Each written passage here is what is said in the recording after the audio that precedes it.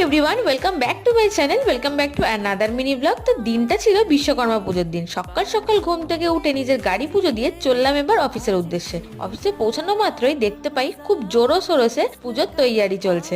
ঢুকেই দেখছি হসপিটালের অ্যাম্বুলেন্স গুলো বেশ সুন্দরভাবে পুজো দিয়ে সাজানো হয়ে গেছে। এদিকে চলছে ফল কাটা আর পুজোর তৈয়ারি। ঠাকুরটাকে দেখতে দেখো কি সুন্দর মিষ্টি মনে হচ্ছে।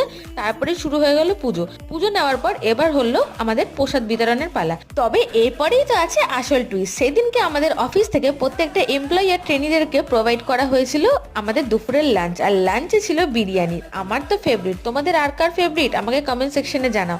তারপরে আমরা একটুখানি তিন মূর্তি ঘুরতে বেরিয়ে পড়লাম। রাস্তায় বেরিয়ে দেখলাম কতগুলো বিশ্বকর্মা ঠাকুর পুজো হচ্ছে।